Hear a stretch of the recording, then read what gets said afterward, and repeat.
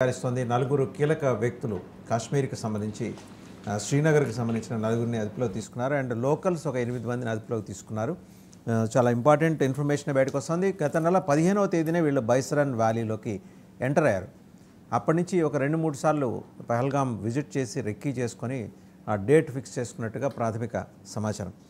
దాంతోపాటు ఇప్పుడు ongoing tensions between India and Pakistan వీటన్నిటి మీద సమగ్రంగా విశ్లేషించడానికి మనతో ఉన్నారు geo political affairs expert senior journalist Suresh Kochatla గారు. నమస్కారం సురేష్ కోచట్ల. నమస్కారం. సో టెన్షన్స్కి సంబంధించి ఏ దేశానికి ఆ దేశం క్లెయిమ్ చాలా డిఫరెంట్గా ఉందండి. మేము రెడీగానే ఉన్నాం, భారతే పారిపోతుందని అవతల నుంచి, లేదు మా దెబ్బకి వీళ్ళు అసలు ఎక్కడా కనపట్టలేదని యువతల క్యాంప్ నుంచి. ఇవన్నీ కూడా ఏంటంటే ఇప్పుడు మనం చూస్తున్నవి ఈ ఇండస్ వాటర్ ట్రీటీకి సంబంధించిన మ్యాప్స్. సరే, దీని గురించి కూడా మనం మాట్లాడుకుందాం. దానికన్నా ముందు అసలు యుద్ధ వాతావరణానికి సంబంధించిన ఇన్ఫర్మేషన్ ఇప్పుడు యాజ్ ఇట్ ఈస్గా ఎలా ఉందండి?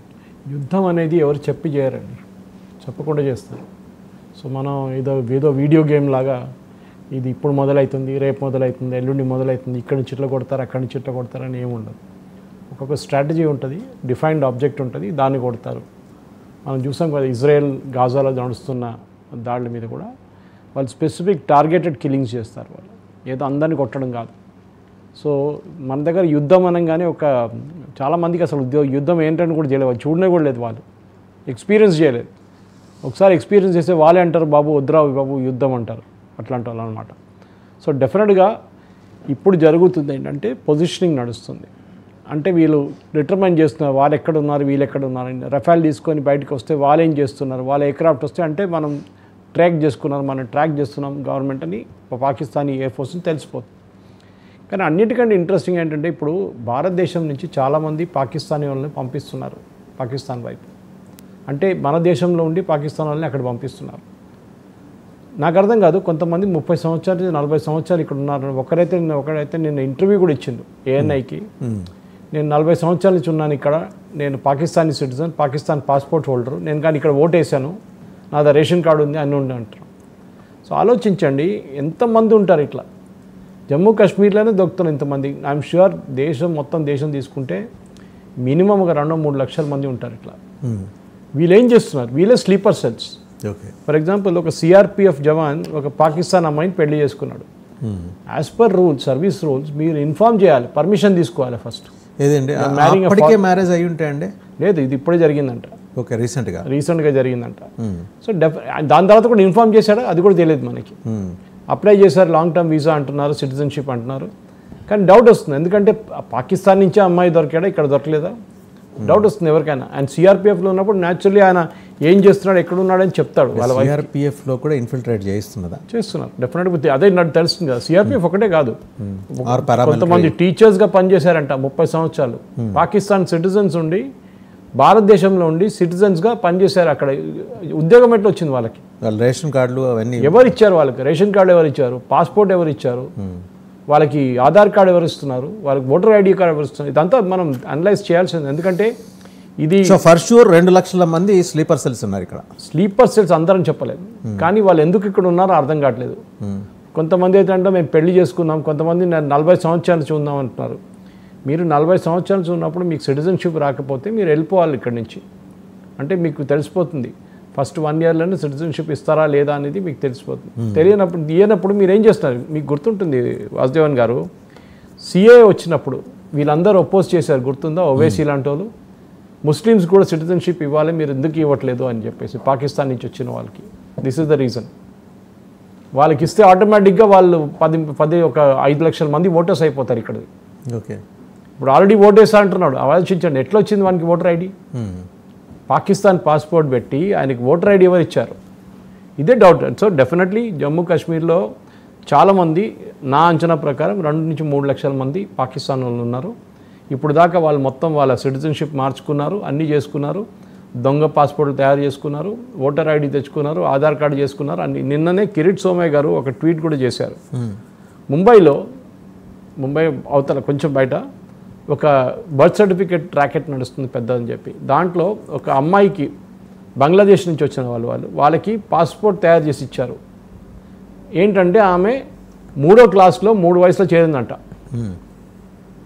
బర్త్ సర్టిఫికేట్ కంపేర్ చేసి స్కూల్ సర్టిఫికేట్ కంపేర్ చేసి 3 ఇయర్స్కి థర్డ్ క్లాస్ వచ్చేసిందంట ఆమె. అంటే ఆమె పుట్టినరోజు that birth certificate is fake, school certificate correct ఉంది. కానీ బర్త్ సర్టిఫికేట్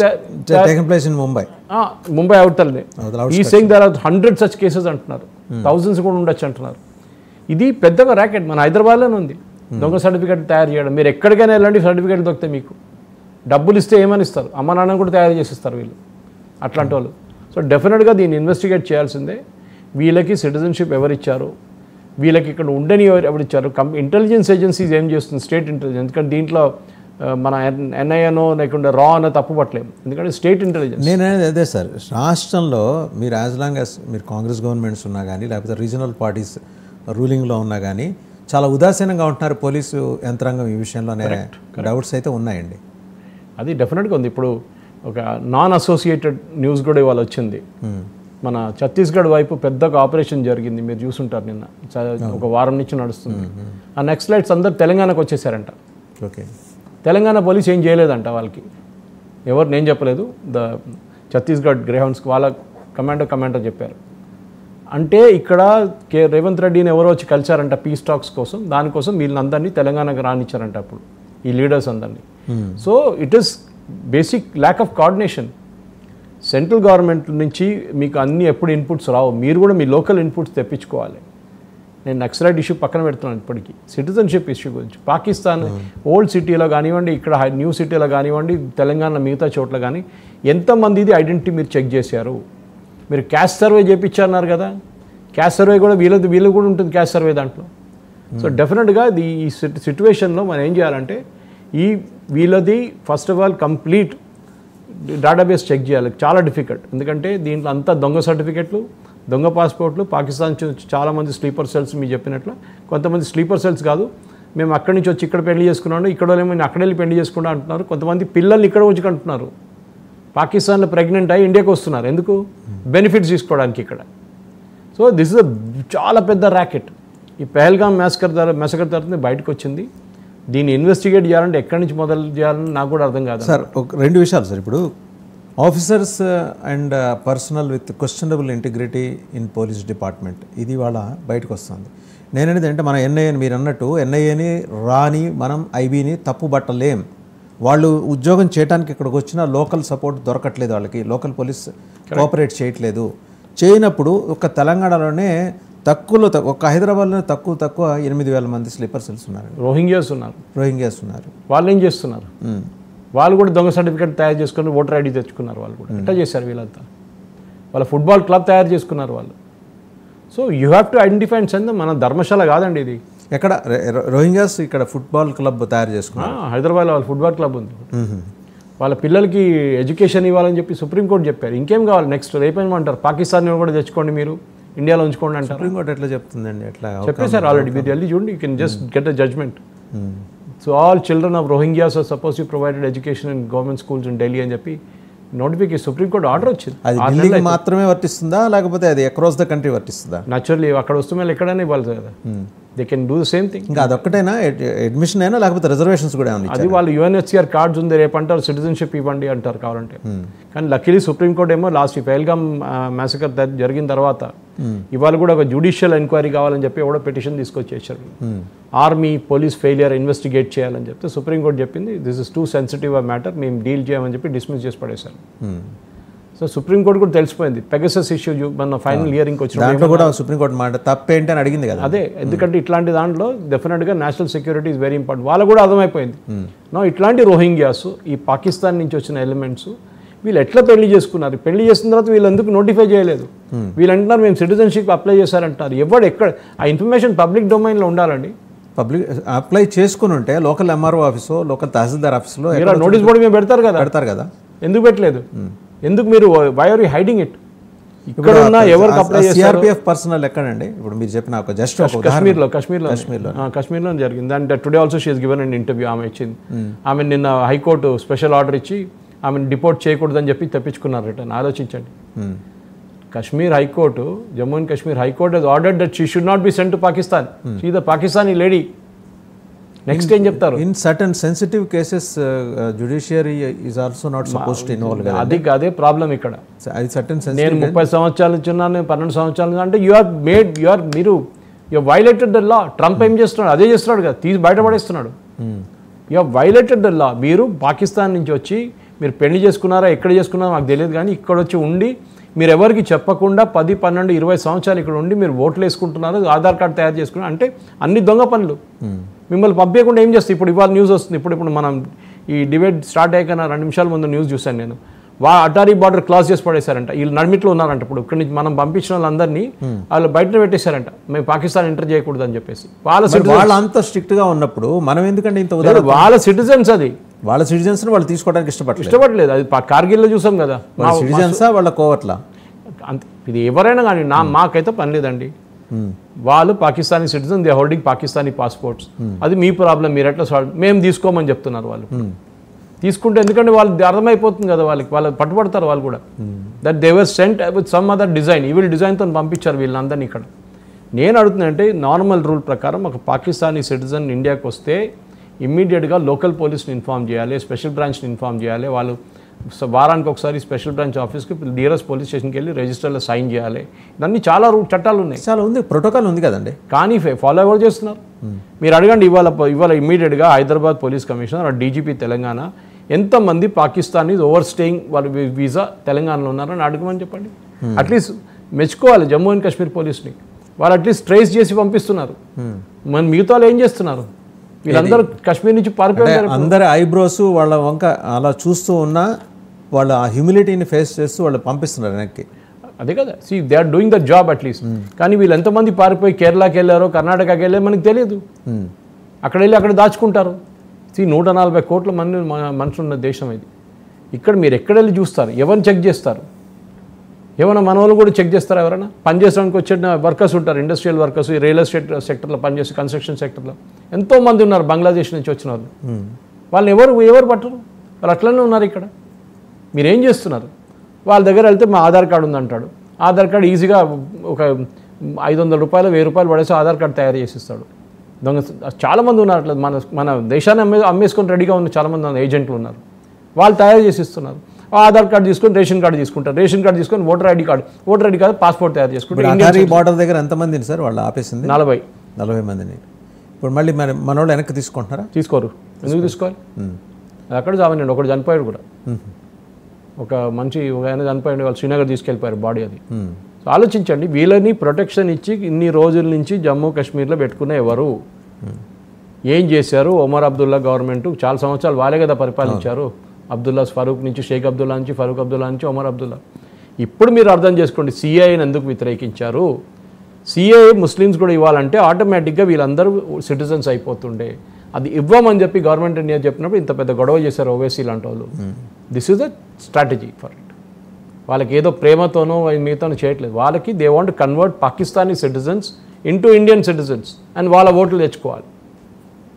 2 లక్షల మంది ఉంటే ఒకరికి 5 పిల్లలు 6 పిల్లలు అండి. అక్కడ వెళ్తున్నారు, ప్రెగ్నెంట్ అవుతున్నారు, ఇండియాకి వచ్చేస్తున్నారు. హస్బెండ్ ఏమో పాకిస్తాన్లో కూర్చున్నాడు, ఈమెమో ఇండియాలో కూర్చుంది. ఎవరు ఈ షటిల్ కాక్ ఎవరు ఆడుతున్నారండి అక్కడి నుంచి ఇక్కడికి? ఎవరు అలౌ చేస్తున్నారు? వీళ్ళ బార్డర్, వీళ్ళ వీసాస్ ఎవరు చెక్ చేస్తున్నారు? ఎవరు వీసా ఇష్యూ చేస్తున్నారు వీళ్ళకి? లాంగ్ టర్మ్ వీసా ఎవరు ఇస్తున్నారు వీళ్ళకి? There has be top to bottom investigation దీంట్లో. చాలా గట్టిగా నిలబడాలి దీని మీద. ఎందుకంటే వీసా ఇష్యూ చేసిన లాంగ్ టర్మ్ వీసా అని ఒక్కొక్కసారి 15 సంవత్సరాల ముందు కూడా ఇష్యూ చేసి ఉంటారు. దాని ఏమైంది? దాని పీరియాడిసిటీ ఉంటుంది కదా. ఏదో లాంగ్ టర్మ్ వీసా అంటే I mean complete end to end దాకా ఉండదు కదా, ఎక్కడో ఆగిపోతుంది. అది ఏదో 2 సంవత్సరాలు 3 సంవత్సరాలు 5 సంవత్సరాలు టైం ఉంటుంది, దానికి లిమిట్ ఉంటుంది. 10 years ఎందుకు లేదు? అదే అడగాల్సింది. సో ఇప్పుడు ఇమ్మీడియట్గా government of India through all state government has issue an order to DGPs of respective states and union territories. మీరు లోకల్ నోటిఫికేషన్ ఇవ్వండి టెలివిజన్లో, న్యూస్ పేపర్లో, అన్నిట్లో, అన్ని లాంగ్వేజెస్లో. ఇక్కడ ఎవరెవరు బంగ్లాదేశ్ వాళ్ళు, పాకిస్తానీ వాళ్ళు ఉన్నారో they should go to the nearest police station and report immediately. వాళ్ళు ఎక్కడి నుంచి వచ్చారని. ఇక్కడ కన్స్ట్రక్షన్ సెక్టర్లో ఎవరెవరిని తీసుకుంటున్నారో వాళ్ళందరినీ మీరు బిలీవ్ చేయరు. అక్కడిని మీరు పిలవండి, ఇవ్వాలి, ఒక నోటిఫికేషన్ ఇస్తే రేపటి నుంచి ఒక్కడికి కనిపించాడు. నేను ఎగ్జాంపుల్ ఇస్తాను. నేను ఉండే ప్లేస్, నేను పేరు చెప్పినప్పుడు, నేను ఉండే ప్లేస్ కింద దగ్గర ఒక కూరగాయలు ఆయన ఉన్నాడు. నేను అడిగాను, బాబు నేను బంద్ చేసేస్తున్నాను సార్ అన్నాడు. ఆడు 2-3 సంవత్సరాల నుంచి ఉన్నాడు, కోవిడ్ టైం నుంచి ఉన్నాడు. బాగా చేసుకుంటాడు బిజినెస్, ఏంటండి వెజిటబుల్ వెండర్. అడిగాను ఎందుకంటే సార్ ఇక్కడ మస్తు బెంగాలీలో వస్తుండే సార్, ఒక 40-50 మంది సాయంత్రం వచ్చి కూరగాయలు తీసుకెళ్తుండే, ఇప్పుడు ఒక్కడు కనిపించట్లేదు సార్ అంటున్నాడు. ఎక్కడ పోయింది వాళ్ళు? సో దే మేట్ అప్ వాళ్ళకి అర్థమైపోయింది ఇక్కడ ప్రెషర్ పెడితే ఇంకా స్టేట్కి పారిపోతారు వాళ్ళు. ఎవరో ఒకడు ఆధార్ కార్డు ఆడడం మొదలు పెట్టుంటాడు, ఆధార్ కార్డు అయితే ఈజీగా తయారు చేసుకుంటాడు, దాని తర్వాత వాడి బర్త్ సర్టిఫికేట్ అడుగుతాడు, లేదంటాడు, వాడు నేను చదవనే లేదంటాడు. ఇప్పుడు నేను ఎగ్జాంపుల్ ఇచ్చాను కదా మహారాష్ట్రది, 500 మంది ఆల్రెడీ దొరికిందంట అట్లా ఫేక్ సర్టిఫికేట్ తయారు చేసే ఒక యూనిట్. సో ఏంటి ఎక్కడ జరుగుతుంది ఇది? Where will this end? మన స్లీపర్ సెల్స్ అంటాం, స్లీపర్ సెల్స్ కన్నా డేంజరస్ వీళ్ళు పాకిస్తాన్ వాళ్ళని పెళ్లి చేసుకొని ఇండియాలో వచ్చి డెలివరీ చేస్తున్నారు బేబీస్ని. ఎందుకు? మీరు అక్కడ డెలివరీ చేయొచ్చు కదా పాకిస్తాన్లో, ఎందుకు చేయట్లేదు? అంటే it is happening both with the male and female అండి. ఇక్కడ మేల్ అక్కడ వెళ్ళి ఫీమేల్ చేసుకోవటం ఇక్కడ రెండు నడుస్తున్నాయి. సో దీనికి అన్నిటికీ ఒక డేటాబేస్ ఉండాలండి. గవర్నమెంట్ ఆఫ్ ఇండియా ఆఫీషియల్గా చెప్పాలి, మేము ఇంతమందికి లాంగ్ టర్మ్ వీసాస్ ఇచ్చాం, వాళ్ళు ఈ స్టేట్లో ఉన్నారు, ఆ స్టేట్ పోలీస్ వెళ్ళి చెక్ చేసుకోవాలి వీళ్ళు ఎక్కడ ఉన్నారా లేదా, ఇచ్చిన అడ్రస్లో ఉన్నారా. 100% ఉండరు, అడ్రస్లో ఎవరు కనిపించారు. హైదరాబాద్లో పోలీస్కి అంత ధైర్యం ఉందండి, వెళ్ళి చెక్ చేసిన ధైర్యం ఉంది? అది అంతా ఇది ఆ సిచ్యువేషన్కి వచ్చినప్పుడు పహల్గామ్లో జరిగినప్పుడు హైదరాబాద్ జరగలేదని ఏం గ్యారంటీ ఉంటుంది? ఎక్కడ జరగవచ్చు. దిల్సుఖ్ నగర్లో జరిగింది కాదండి బాంబ్ బ్లాస్ట్. అండ్ నేను అనేది వెళ్ళి చెక్ చేసి పట్టుకునేంతటి ధైర్యం హైదరాబాద్ పోలీస్ లేకుండా ఎంజాయ్ అవుతుంది. లుంబిని పార్క్లో ఏం జరిగింది, గోకుల్ చాట్లో ఏం జరిగింది, ఇది మళ్ళీ జరగవచ్చు. You have to keep your eyes and years open. లేకుంటే October 7th ఇజ్రాయెల్లో జరిగిన అదే దాడి మన మీద కూడా జరగవచ్చు. పహల్గామ్లో అదే జరిగింది కదండి. సో డెఫినెట్లీ ఏదో మాకు తెలియదు, ఎక్కడున్నారో తెలియదు. ఫస్ట్ యూనియన్ గవర్నమెంట్ స్టార్ట్ చేయాలి ప్రాసెస్. ఏంటి? ఫస్ట్ ఐడెంటిఫై చేసి చెప్పాలి, ఫస్ట్ నోటిఫికేషన్ ఇష్యూ చేయండి, వార్నింగ్, అందరు రిపోర్ట్ నియరెస్ట్ పోలీస్ స్టేషన్ దేక్కుంటే వాళ్ళు. ఇప్పుడు నేను చెప్తే ఇప్పుడు వచ్చింది దాని బయటకు వచ్చి వాలంటరీగా వెళ్తున్నాయి ఒక 5% కూడా లేరు, అందుకని తక్కువ. మిగతా 90% ఎక్కడో కంఫర్ట్, ఇక్కడ ఉన్న సంపాదన, ఈ ఫ్లెక్సిబిలిటీ, ఈ డెమోక్రసీ వాళ్ళకి దొరకదు కదండి ఒకవేళ వెళ్తే పాకిస్తాన్లో. అదొక్కటే కాదు కదా, మీకు ఇక్కడ అమ్మాయిలు దొరకలేదా అక్కడ వెళ్ళి పెళ్లి చేసుకోవడానికి? అర్థం కాదు మీకు. ఇక్కడి నుంచి అమ్మాయి అక్కడ వెళ్ళి పెళ్లి చేసుకో, అక్కడ అమ్మాయి వచ్చి ఇక్కడ పెళ్లి చేయడం ఎందుకండి? ఇక్కడ అమ్మాయిలు లేరా, అబ్బాయిలు లేరా? ఇక్కడ there is a strategy behind it. ఏదో అర్థం చేసుకోవచ్చు లాంగ్ టర్మ్గా, పార్టీషన్ టైంలో బ్రదర్ అక్కడ ఉండిపోయింది, సిస్టర్ ఇక్కడ ఉండిపోయింది అంటే అది ఇంకో మాట. అది ఎప్పుడు సార్ జమానా అది అయిపోయింది, వాళ్ళ ఆ జనరేషన్ పోయారు ఆల్రెడీ. సో నేను అడిగేది ప్రశ్న ఇదే, ఈ ఇన్సిడెంట్ కాకపోతే ఇంతమంది ఇక్కడ ఉన్నారని ఎట్లా తెలుస్తుంది మనకి? ఎన్నో ఇంటర్వ్యూలు వస్తున్నాయి టీవీలో, వీళ్ళు అంటున్నారు మమ్మల్ని ఎందుకు పంపిస్తున్నారు, మేము 30 సంవత్సరాల నుంచి ఇక్కడ ఉన్నాం. ఎట్లా ఉన్నారండి 30 సంవత్సరాల దాకా ఇక్కడ దాకా? ఇదే మాట అమెరికాలో అనగలరు వాళ్ళు. అమెరికాలో ఒక్క సంవత్సరం కూడా ఉన్నా తీసి బయటపడేస్తున్నాడు ట్రంప్, ఇండియన్ స్పెషలీ. అది కాకుండా గోటమేలా నుంచి, వాళ్ళ నుంచి, ఎక్వెడార్ నుంచి, నికరాగువా అందరూ పంపించేస్తున్నారు. సో మన కంట్రీ సెక్యూరిటీ ఈజ్ ఇంపార్టెంట్ అండి. First thing government of India ఈ సిచ్యువేషన్లో కరెక్ట్, కొంచెం సెన్సిటివ్ సిచ్యువేషన్లో గవర్నమెంట్ ఆఫ్ ఇండియా ఏం చేయాలంటే ఒక నోటిఫికేషన్ ఇష్యూ చేయాలి. ఆల్ పాకిస్తాన్ ఆల్రెడీ చెప్పేశారు, ఆల్ పాకిస్తానీ సిటిజన్స్ రిపోర్ట్. మీ దగ్గర డీటెయిల్స్ ఉంటుంది, ఎంతమంది అటారీ బార్డర్ క్రాస్ చేసి వచ్చారు, వాళ్ళ లాస్ట్ 5 years డేటా. వాళ్ళు ఇక్కడి నుంచి వెళ్ళినప్పుడు వాళ్ళ డేటా మళ్ళీ ఎంటర్ చేసుకుంటారు కదా సిస్టంలో. వాళ్ళు అటారీ నుంచి వెళ్తారో, ఫ్లైట్ తీసుకొని వెళ్తారో, బోట్లో వెళ్తారో, ఎట్లా వెళ్తారో, ఫ్లైట్లో వెళ్ళినా ఎయిర్పోర్ట్లో తీసుకుంటారు, వాళ్ళ డేటా ఉంటుంది. అంతే ఇంతమంది మిగిలిపోయారు ఇక్కడ, వాళ్ళు ఎక్కడ ఉన్నారు, ఎంతమంది మిగిలిపోయి ఉండొచ్చండి నాకు తెలియదండి. నెంబర్ అట్లాగా ఐ హ్యావ్ అబ్సల్యూట్, నేను గెస్ చేయకూడదు కూడా. మై గెస్, నేను ఇనిషియల్ చెప్పింది మేము 2 లక్షలు చెప్పిన number was based on news paper reports and media. కానీ గవర్నమెంట్ ఆఫ్ ఇండియా ఒక 2 రోజులు చెప్పొచ్చు మీ ఈజీ ఇన్ఫర్మేషన్. ఎంతమంది లాస్ట్ 10 సంవత్సరాలు పాకిస్తాన్ నుంచి ఇండియాకి వచ్చారు, వీసా తీసుకొని వచ్చారు, ఎంతమంది రిటర్న్ వెళ్ళిపోయారు అంటే మిగతా వాళ్ళు ఇక్కడ ఉన్నారు. లేకుంటే ఇక్కడి నుంచి ఇంకేమైనా దేశంకి వెళ్ళిపోయి ఉంటారు. వెళ్ళిపోయి ఉంటే మన ఎగ్జిట్ చూపిస్తుంది ఎయిర్పోర్ట్లో, ఇమిగ్రేషన్లో. లేకుంటే మీరు అటారీ నుంచి వెళ్తే అక్కడ చూపిస్తుంది మీకు బార్డర్ నుంచి క్రాసింగ్లో. ఓకే, ఎక్కడైనా మీరు మొన్న ముసఫర్బాద్ బస్సు గురించి చెప్పారు, అక్కడ కూడా తెలిసిపోతుంది. ఎక్కడైనా any customs immigration check point మీకు తెలిసిపోతుంది ఎంతమంది. 2 పాయింట్స్ సురేష్ గారు, బారాముల్లా నుంచి పాకిస్తాన్లో ఒక నియర్ బై టౌన్ ఉంది, ఈ రోజుకి అక్కడికి బస్ సర్వీస్ నడుస్తుంది. ఈవెన్ ఈ రోజు ఉదయం కూడా సంగతి కూడా నేను చెప్తున్నాను. అది డౌట్ఫుల్ అండి, ఎందుకంటే బార్డర్ క్లోజ్ చేసిన తర్వాత వెళ్ళలేరు వాళ్ళు. అంటే బార్డర్ వరకు వెళ్తుంటే అక్కడి నుంచి అది ఉంటుంది, ఆటో రిక్షాలతోటి అట్లా అది ఉంటుంది. బార్డర్ దాకా మీరు లీగల్లీ వెళ్ళొచ్చు, అట్ల నుంచి క్రాస్ ఎట్లా చేస్తారు? బార్డర్ క్లోజ్ ఉన్నప్పుడు క్రాస్ ఎట్లా చేస్తారు? రిలేషన్స్ ఉన్నారట వాళ్ళకి, బంధుత్వాలు ఉన్నాయంట. బంధుత్వం ఉంటే బార్డర్ క్రాస్ ఉంటుంది కదా, బార్డర్కి ఒక బార్డర్ ఉంటుంది, బార్డర్ సెక్యూరిటీ ఫోర్స్ ఉంటారు, వాళ్ళు ఎట్లా అలో చేస్తారు? బంగ్లాదేశ్ నుంచి అట్లనే దూరుతారు కదా ఇక్కడికి. బంగ్లాదేశ్ నుంచి ఎంతమంది చూడండి, నిన్న ఒకరిని పట్టుకున్నారు కేసు, ఆయన పేరు మర్చిపోయాను, బంగ్లాదేశ్ అని చెప్పి పట్టుకుని ఇంటరోగేట్ చేస్తే వాడు పాకిస్తాన్ వాడు దొరికాడంటాడు. టైమ్స్ ఆఫ్ ఇండియాలో వచ్చింది పెద్ద రిపోర్టర్, వాడే అంటున్నాడు నేను 50 మందిని తీసుకొచ్చా అంటున్నాడు. అప్పుడు ఆలోచించండి ఎంతమంది, ఒక్కొక్క మంది ఇట్లా 50 మందిని తీసుకొస్తే ఎంతమంది మన హైదరాబాద్లో కానివ్వండి, తెలంగాణ కానివ్వండి, ఈ భారతదేశంలో మిగతా రాష్ట్రాల్లో ఉన్న ఎంతమంది ఉంటారు, లక్షల్లో ఉంటారండి. That's why didn't hazard guess for figure, but ఉంటుంది, డెఫినెట్గా ఉంటుంది. ఇది దిస్ ఇస్ బిగ్ థ్రెట్. ఇప్పుడు దాకా మన ఒక ఐ ఓపెనర్ ఇది. ఈ ట్విట్టర్లో ఎంతమంది ఉన్నారు భారతదేశంలో ఉన్న, చాలా తక్కువ మంది ట్విట్టర్లో ఉంటారు.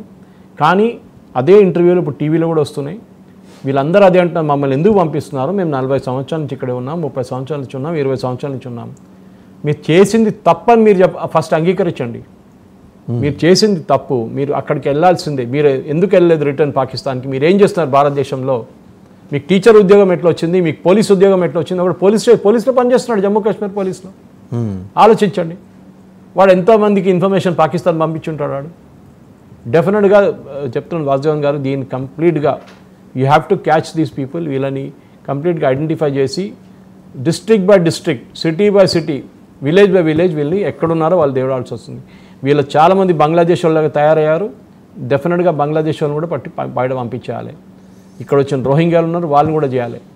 ఫస్ట్ వీళ్ళని ఎవరు ఎంప్లాయ్ చేస్తున్నారు, యూఎస్లో అది స్ట్రిక్ట్ రూల్ ఉంది.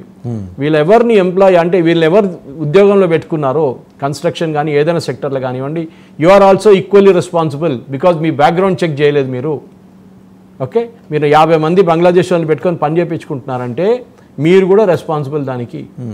మీ మీద కూడా కేసు పెట్టచ్చు అని ఇక్కడున్న కన్స్ట్రక్షన్ సెక్టర్ కానివ్వండి, మిగతా వాళ్ళు కూడా చెప్పాల్సింది. ఏ సెక్టర్ అయినా కానివ్వండి, ఓకే, లోడింగ్ అన్లోడింగ్ ఏదైనా ఉండొచ్చు. ఏ సెక్టర్లో కానీ వీళ్ళని పెట్టుకున్నారో, ఎవరు పెట్టుకున్నారో ఉద్యోగంలో, వాళ్ళ మీద కూడా చర్యలు ఉంటుంది.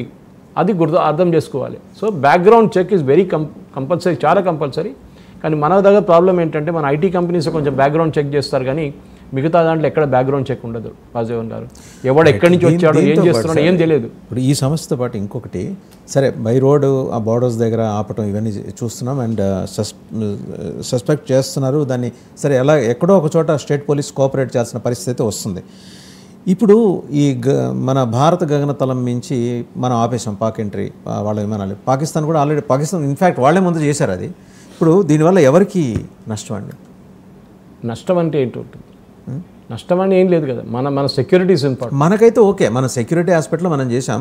బట్ వాడు థ్రెటన్ చేస్తున్నారు కదా అక్కడి నుంచి, మీరు ఒక వారం రోజుల్లో మీ దుకాణం మూసుకొని పోతారు, మొత్తం మీరు ఎక్కడికి వెళ్ళాలన్నా మా గగనతలం మించి వెళ్ళాలి, మా ఎయిర్ స్పేస్నే మీరు ఉపయోగించాలి. ఎట్లా అండి? ఎందుకు? మనకి ఇంకా వేరే ఆప్షన్స్ లేవా? చాలా ఉన్నాయి, ఆల్రెడీ వెళ్తుంది కదా. ఓకే, పాకిస్తాన్ ఎకనామిక్ కారిడార్ ఎక్కడ ఉంటుందో పాకిస్తాన్ ఫ్లైట్ స్పేస్ నుంచి పాకిస్తాన్ కింద నుంచి మనం వెళ్ళొచ్చు. దుబాయ్ కానివ్వండి, గల్ఫ్ కానివ్వండి, మిగతా కంట్రీస్, యూరోప్కి ఎవరు ఆపలేరు.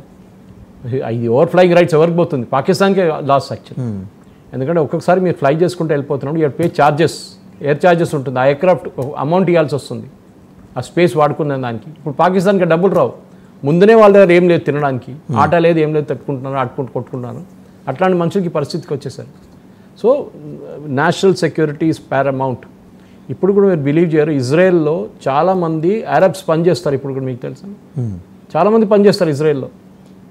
చాలా పట్టణాల్లో, ఇజ్రాయెల్ పట్టణాల్లో అరబ్స్ పనిచేస్తారు. మీరు ఎప్పుడైనా రీసెంట్లీ ఏదైనా ప్రాబ్లం విన్నారా? ఇంత గొడవ జరుగుతుంది గాజాలో? లేదు. బికాజ్ వాళ్ళు కంప్లీట్గా పర్సన్ టు పర్సన్ వాళ్ళ బ్యాక్గ్రౌండ్ చెక్ ఉంటుంది. మన దగ్గర ఏంటంటే ఒకరికి 500 రూపాయలు ఇచ్చేస్తే వాడు ఏ పోలీస్ రిపోర్ట్ అయినా మీకు రాసి ఇచ్చేస్తాడు. అది ఉండే ముందు, ఇప్పుడు తగ్గింది, చాలా మట్టు తగ్గింది. నేను పాస్పోర్ట్ చేసుకున్నప్పుడు నేను స్పెషల్లీ ఒట్టి అడిగాను, ఇంకేమైనా ఉందా అంటే ఏం అక్కర్లేదు సార్ అన్నాడు. ఇన్ఫ్యాక్ట్ ఐమ్ టాకింగ్ ఆఫ్ సంవత్సరాల ముందు. ఆ మనిషి పోయిన తర్వాత, ఆ స్పెషల్ బ్రాంచ్ ఆయన వెళ్ళిన తర్వాత నాకు సైబరాబాద్ కమిషనరేట్ నుంచి కాల్ వచ్చింది, స్పెషల్ బ్రాంచ్ నుంచి, సార్ మీ డబ్బులు ఏమైనా అడిగారా అని చెప్పేసి. That is a point. అట్లా ఉండాలండి.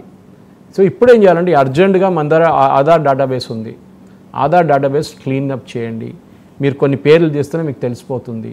మీరు ఫస్ట్ వాళ్ళు ఐడెంటిఫై చేయండి, వీళ్ళు ఎప్పుడు తీసుకున్నారు ఆధార్, వీళ్ళది బర్త్ సర్టిఫికేట్ ఉందా, బ్యాక్ డేట్ చూడండి, వీళ్ళది బయోమెట్రిక్ చెక్ చేయండి, వీళ్ళు ఎన్ని సంవత్సరాలు అయింది ఇండియాకి వచ్చింది తెలిసిపోతుంది. అప్పుడే మీకు చాలా క్లియర్గా తెలిసిపోతుంది. డెఫినెట్లీ ఇది చాలా పెద్ద సెక్యూరిటీ థ్రెట్ అండి. మనం అనుకుంటాం మనం పక్కన ఉన్నోడో, లేకుంటే పక్కన ఒక షాప్లో ఉంటున్నాడో, లేకుంటే ఇంకా ఇంటికి అద్దె తీసుకొని ఇంకా ఇంట్లో ఉన్నారు, వీళ్ళందరూ నార్మల్ సిటిజన్స్ లాగా కనిపిస్తారు. కానీ దీంట్లో చాలా పెద్ద ప్రాబ్లం ఉంది. రేపు వాడు ఒక స్లీపర్ సెల్గా తయారు కావచ్చు, అది మనకు తెలియదు, కావచ్చు 100 మందిలో 2 మంది ఉండొచ్చు, అట్లా ఇట్స్ అ రిస్క్. కానీ మనం చూస్తున్న జమ్మూ కాశ్మీర్ కానివ్వండి, మిగతా ప్లేస్ ఏం జరిగింది. అండ్ ఇప్పుడు సడన్గా ఎక్కడ లేని వాళ్ళు 40 సంవత్సరాలు 30 సంవత్సరాల తర్వాత బయటపడ్డారు. మేము భారతదేశంలో ఉన్నాను అంటున్నారు, మేము ఉద్యోగం చేసుకుంటాం అంటున్నారు, ఇక్కడ మేము ఓటు వేసామంటున్నారు, ఇక్కడ మాకు ఆధార్ కార్డు ఉంది అంటున్నారు. వీళ్ళు ఎట్లా ఉన్నారండి ఇక్కడ? వీళ్ళు పిల్లలు ఎట్లా అనుకున్నారు ఇక్కడ? అంటే ఎవరో అక్కడి నుంచి ఇక్కడికి వచ్చారు, ఇక్కడి నుంచి అక్కడికి వెళ్ళి ఉంటారు. Where are those transit data? ఇట్లా ఒక్క కాశ్మీర్లోనే ఇంతమంది దొరికారంటే మిగతా ప్లేస్లో ఇంకా ఉంటారు, చాలామంది ఉంటారు. Next target should be Bangladeshis 100%. And the problem is మనమే అనుకుంటే వీళ్ళందరూ బెంగాల్ నుంచి వచ్చారు అనుకుంటే, వెస్ట్ బెంగాల్ నుంచి కాదు. దాంట్లో కూడా వీళ్ళు కావాలని చెప్పి వాళ్ళ దాంట్లో క్యామోఫ్లాజ్ అయిపోతున్నారు, మేము బెంగాలీ వాళ్ళు అని చెప్పేసి. కానీ వీళ్ళు ఐడెంటిఫై చేయడం కూడా చాలా ఈజీ మెథడ్స్ ఉన్నాయి. కానీ కొన్ని రాష్ట్రాలు కోఆపరేట్ చేయట్లేదు, ఎస్పెషల్లీ కేరళ లాంటి ప్లేస్లో లోకల్ గవర్నమెంట్ కోఆపరేట్ చేయట్లేదు. వాళ్ళకు ఓటర్ ఐడి కూడా తయారు చేసి ఇచ్చేసారు. ఎందుకంటే వాళ్ళు 1,00,000 మంది ఓటర్ ఎక్కువైతే వాళ్ళకే మంచిది కదా. కేరళ లాంటి చిన్న రాష్ట్రానికి పెద్ద అడ్వాంటేజ్ అది. సో డెఫినెట్గా వీళ్ళు ఎక్కడున్నా కానివ్వండి. అండ్ ఫస్ట్ వార్నింగ్ వెళ్ళేదంటే ఎవరికంటే, వీళ్ళని ఎవరెవరు ఉంచుకుంటున్నారో వీళ్ళు లేబర్ అడ్డాల్లో నిలబడరు. వీరెవరు మీకు కనిపించారు లేబర్ అడ్డాల. వీళ్ళు హైదరాబాద్లో ఈవెన్ సాఫ్ట్వేర్ కంపెనీలో నాకు తెలిసిన మటుకు they was a rape case which happened. ఇక్కడ ఉన్న పెద్ద ఒక software company, it's an international company, నేను పేరు తీసుకోను. ఒక రేప్ కేసు జరిగింది, where a housekeeping lady was raped by another person from the housekeeping department. ఆ కేసు ఆల్మోస్ట్ 2 నెలలు దబాయించి పెట్టారు వీళ్ళు. దాని తర్వాత బయటపడ్డది. అది పోలీస్ ఎఫ్ఐఆర్ రిజిస్టర్ అయింది. ఇప్పుడు ఒక వారం 10 రోజుల ముందు చెప్తున్నాను, సంగతి చెప్తున్నాను. ఆ వచ్చిన వాళ్ళందరూ, ఆ హౌస్ కీపింగ్ అక్కడ వచ్చిన వాళ్ళందరూ మేల్ మెంబర్స్ ఒకటే ఏరియా, అస్సాం నుంచి వచ్చారు. ఆ కాంట్రాక్టర్ ఎవడున్నాడు అక్కడి నుంచి తీసుకొస్తున్నాడు. అక్కడి నుంచే ఆ విలేజ్ నుంచి, ఆ చుట్టుపక్కల డిస్ట్రిక్ట్ నుంచి అందరు వచ్చారు ఇక్కడికి. ఎవరు చెక్ చేశారు వీరు బ్యాక్గ్రౌండ్? నేను ఇప్పుడు కాదండి, ఒక 5-6 సంవత్సరాల ముందు, కోవిడ్ కన్నా ముందు ఒక ట్వీట్ చేశాను ఒకరోజు. అప్పుడు ఇరాన్ ఒక థ్రెట్ ఇష్యూ చేశారు. ఇరాన్ నుంచి యుఎస్ అసెట్స్ ఎక్కడెక్కడ ఉందో మేము వాళ్ళని కొడతాం. అసెట్స్ అంటే వాళ్ళ కంపెనీలు, వాళ్ళ ఇన్స్టలేషన్స్, వాళ్ళ ఎక్కడైనా పనిచేస్తున్న వాళ్ళు అందరినీ. ఇప్పుడు నేను ఒక ట్వీట్ చేశాను సైబరాబాద్ కమిషనరేట్కి, ఇట్లా ఒక థ్రెట్ ఉందండి, మన దగ్గర మైక్రోసాఫ్ట్ ఉంది, గూగుల్ ఉంది, ఫేస్బుక్ ఉంది, అందరు ఉన్నారు ఇక్కడ, అందరినీ అమెరికన్ కంపెనీసు. వీళ్ళకి ఏదైనా మీరు సెక్యూరిటీ ఇస్తున్నారా? మీరు అక్కడున్న ఎంప్లాయీస్ బ్యాక్గ్రౌండ్ చెక్ ఏమైనా చేస్తున్నారా అని అడిగాను. ఎంత పెద్ద గొడవ అయిందండి. ఓవైసీ దిగాడు దాంట్లో. దిగేసి మీరు ఎట్లా అంటారు అంటే, అన్ఫార్చునేట్లీ సైబరాబాద్ కమిషనర్ వాళ్ళ ఆఫీస్ నుంచి ఒక రిప్లై వచ్చింది, ఎస్ వీఆర్ ట్రాకింగ్ ఇట్ అని. అది చాలు ఓవైసీకి. అంటే మీరేమంటారు? దాని తర్వాత తను బ్లాక్ కూడా చేసి పడేశాడు ట్విట్టర్లో. ఇట్స్ డిఫరెంట్ మ్యాటర్, మంచిదే అది. కానీ అంటే దానికి కూడా భయపడుతున్నారు. Today I gave you 1 example, ఒక రేప్ కేసుది. ఎన్నో జరుగుంటుంది ఇట్లా, బయటకు రాలేదేమో. లక్కీలీ దీనికి ఒక మహిళ, ఒక చాలా యాక్టివ్ అన్న ఒక మహిళ, ఆమె ముందుకు వచ్చి ఆమె కేసు టేకప్ చేసింది, దానికోసం బయటపడింది. ఇట్లాంటి అస్సాం నుంచి మిగతా ప్లేస్ నుంచి మీరు ఎంప్లాయీస్ని ఇక్కడ తెచ్చుకున్నప్పుడు లోకల్ పోలీస్ని ఇన్ఫార్మ్ చేస్తున్నారా? లోకల్ పోలీస్ వీళ్ళ బ్యాక్గ్రౌండ్ చెక్ చేస్తున్నారా? ఏం చేస్తున్నారని కంపల్సరీగా చెక్ చేయాల్సింది. ఎందుకంటే చేయకపోతే రేపు ఇంకొక లుంబిని పార్కో, లేకుంటే ఇంకొక గోకుల్ చాటో, లేకుంటే ఇంకొక దిల్సుఖ్ నగర్ బ్లాస్ట్ తయారవుతుంది డెఫినెట్గా. ఎందుకంటే this is where we are failing badly. మన స్పెషల్ బ్రాంచ్ బాగా పనిచేస్తారు, ఎస్పెషల్లీ నక్సలైట్ కేసెస్లో మీరు చూస్తే they are excellent, no doubt about it. AP and Telangana police combined ఉన్నప్పుడు చేస్తున్నారు, ఇప్పుడు కూడా చేస్తున్నారు, బాగా చేస్తున్నారు. కానీ ఇప్పుడు మన జరిగిన ఛత్తీస్గఢ్ జరిగినది ఓన్లీ బ్లాక్ మార్క్. ఇప్పుడు ఎట్లా ఎస్కేప్ చేసి చైన్ ఇచ్చినారు తెలంగాణ పోలీస్ అని చెప్పేసి. Anyway that's a matter which requires investigation. కానీ నేను మాట్లాడేది ఇక్కడ ఇల్లీగల్ ఏలియన్స్, ఇల్లీగల్ పీపుల్ ఇక్కడ వచ్చి భారతదేశంలో ఉండి మన దేశానికి ఒక సెక్యూరిటీ థ్రెట్గా తయారవుతుంది. రైట్ సురేష్ గారు, thank you very much. So చూసాం కదా, సురేష్ కొచ్చాటిల్ గారు చాలా సీరియస్ ప్రాబ్లమ్ని ఈరోజు మనతో డిస్కస్ చేశారు. ఒకటి హైదరాబాద్, తెలంగాణ, ఆంధ్రప్రదేశ్ చెక్ చేసుకోవాలి. ఎందుకంటే మనం అట్లీస్ట్ ఇక్కడ తెలుగు రాష్ట్రాల్లో ఉన్నాం, ఇక్కడికి బంగ్లాదేశ్ నుంచి వచ్చారా, పాకిస్తాన్ నుంచి వచ్చారా? మేజర్ కన్సర్న్ ఆయన రైజ్ చేసింది ఏంటంటే, నెక్స్ట్ ఇంకా మనం దృష్టి పెట్టాల్సింది బంగ్లాదేశీయుల మీదే. వాళ్ళు బెంగాల్ అనే ఒక ముసుగు వేసుకొని వచ్చేస్తారు, మనం అనుకుంటాం మన వెస్ట్ బెంగాల్ అనుకుంటాం, కానీ బంగ్లాదేశ్ నుంచి వస్తుంది. మహమ్మద్ యూనస్ మన గొంతు నొక్కేస్తాం, పీక నొక్కేస్తాం అన్నాడు. So we should be careful. ఓ పక్క పాకిస్తాన్ అయితే ఆర్మీని తర్వాత ఐఎస్ఐ యాక్టివిస్ట్ని బంగ్లాదేశ్ బార్డర్లో పెట్టేసింది, ఆల్రెడీ డిప్లాయ్మెంట్ మొదలెట్టింది. సో ఇప్పుడు వాళ్ళిద్దరూ ఒకటైన నేపథ్యంలో మనం చాలా స్ట్రింజెంట్ యాక్షన్ తీసుకోవాల్సిన అవసరం గవర్నమెంట్ ఆఫ్ ఇండియా వైపు నుంచి ఉంది. దానికన్నా ముందు వెట్టింగ్ జరగాలి. దట్స్ వాట్ సురేష్ గారు చెప్తోంది. వెట్టింగ్ జరిగి ముందర మన ఫోకస్ ప్రస్తుతం అయితే హైదరాబాద్ మీద పెట్టాలి. కాశ్మీర్ లాంటి స్టేట్లోనే వాళ్ళు అట్లీస్ట్ పోలీస్ ట్రై చేశారు పంపించడానికి. పంపిస్తే అటారీ బార్డర్లో పాకిస్తాన్ వాళ్ళు నిరాకరించారు, డినై చేశారు, మేము తీసుకోమని. ఎనీహౌ అటువంటి అంత ఫెయిర్గా ఇక్కడ కూడా పోలీసింగ్ జరిగితే కనుక ఇక్కడి నుంచి వేల సంఖ్యలో అయితే పాకిస్తానీ నేషనల్స్ అక్రమంగా ఉంటున్న వాళ్ళు ఇక్కడ పంపించడానికి మనకు అవకాశం ఉంటుంది. చూద్దాం మరి తెలంగాణ రాష్ట్ర ప్రభుత్వం ఏం చేస్తుందో. Thank you very much sir Suresh గారు. నమస్కారం.